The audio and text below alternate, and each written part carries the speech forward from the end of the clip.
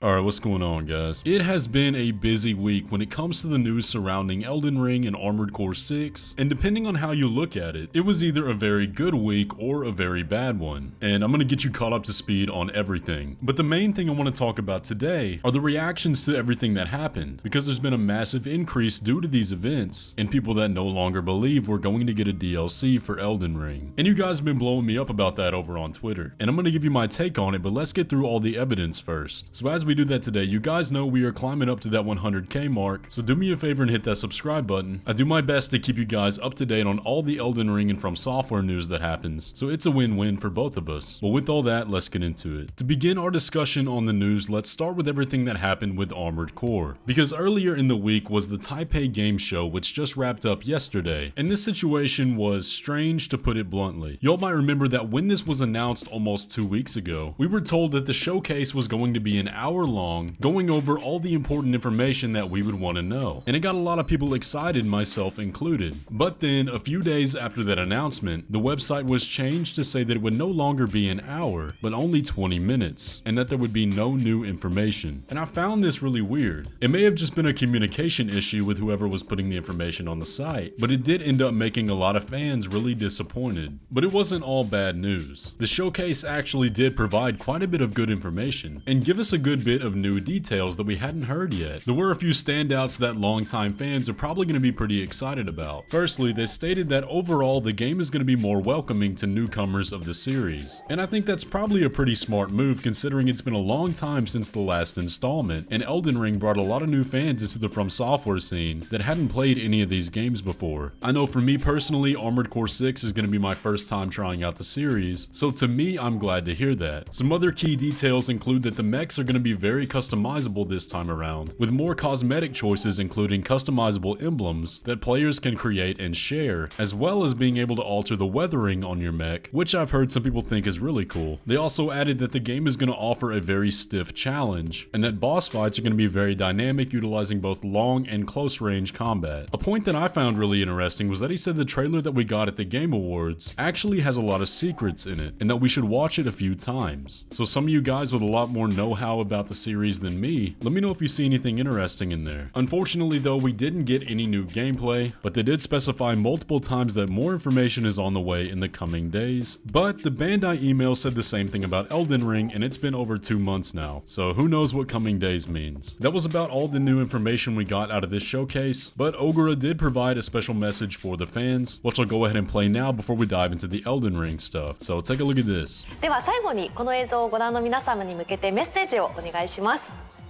はい、シリーズ20周年の時に、AC シリーズはこのまま終わらせませんとお約束して、ちょっと長い間5年もかかってしまいましたが、ようやく今回、アーモード化6ファイアズルビコンを、皆さんのもとに発表することができて大変光栄に思っております。またさらに、大変長らくお待たせしたことを申し訳ございません。本作に関しましては、これまでフロムソフトウェアが培ってきた知見と経験、ノウハウであったりっていうものを、AC シリーズのコンセプトと掛け合わせた形での新しいアクションゲームとして開発しておりますので、どうぞご期待いただければと思っております。今後いろいろな情報を出していきますので、そちらもチェックしていただければと思っております。こうして皆さんから大きな反響をいただきまして、我々スタッフ一同すごく気の引き締まる思いでいっぱいです。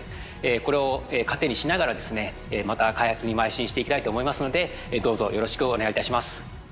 Another big thing that happened over the last week was the Kadokawa financial report. For those of you that don't know, Kadokawa is the parent company of FromSoftware, who owns the majority share, and every quarter of the fiscal year they provide a report that goes out to investors, covering the company's financial performance and outlooks over the next quarter. Now, if you guys have been keeping up with the videos, you know I was very excited about this, because usually it provides a good estimate of what we can expect in the coming months. We've used these in the past to predict when Elden Ring was going to release in the first place, and to know that we would be getting future content for the game. However, this investor's report didn't really offer us a whole lot. However, here were the standout points. In the overview section of the game segment, they show that Elden Ring had a significant increase in sales due to winning Game of the Year at the Game Awards, emphasizing that the increase in number of units sold reaffirms the long-lasting popularity of the game, and that the sales of Elden Ring significantly increased profits for the company. And we just gotta think here for a second how crazy this is, that a mega corporation like Kadokawa, who has hands in all these different industries, series, with FromSoftware only being a tiny part of that, could have its revenue boosted so much thanks to a Souls game. For a series that 2 years ago used to be borderline niche, it's just wild to me. But now moving on to the Outlook segment where we hope to get the best details, they unfortunately didn't give us a whole lot to work with. They cover the fact that Armored Core 6 Fires of Rubicon is scheduled to release in 2023, and that FromSoftware is going to continue to develop major titles and strive to expand the scope of their publishing, which is kind of old news at this point. Now there is an interesting point at the bottom that says they will expand the development of a media mix that encompasses publication, animation, and games, and they will strengthen coordination across multiple segments to maximize value around specific IP, including simultaneous releases involving multiple media. Now when I first read that, I thought, oh, that means we may get an Elden Ring anime, and that's definitely a possibility, as in the last report they specified that Sony is interested in media mix for FromSoftware IPs. But then I remembered that Kadokawa produces a lot of anime games, so they may be talking about releasing their games alongside the release of animes that they produce. But we'll just have to wait and see on that one. So overall, I'm definitely disappointed in this investors report. I was really hoping to get more Outlook details about Elden Ring, so the fact that they didn't even hint on more sales for Elden Ring in the future is definitely a little bit concerning to me. But I'll talk more about that at the end of the video.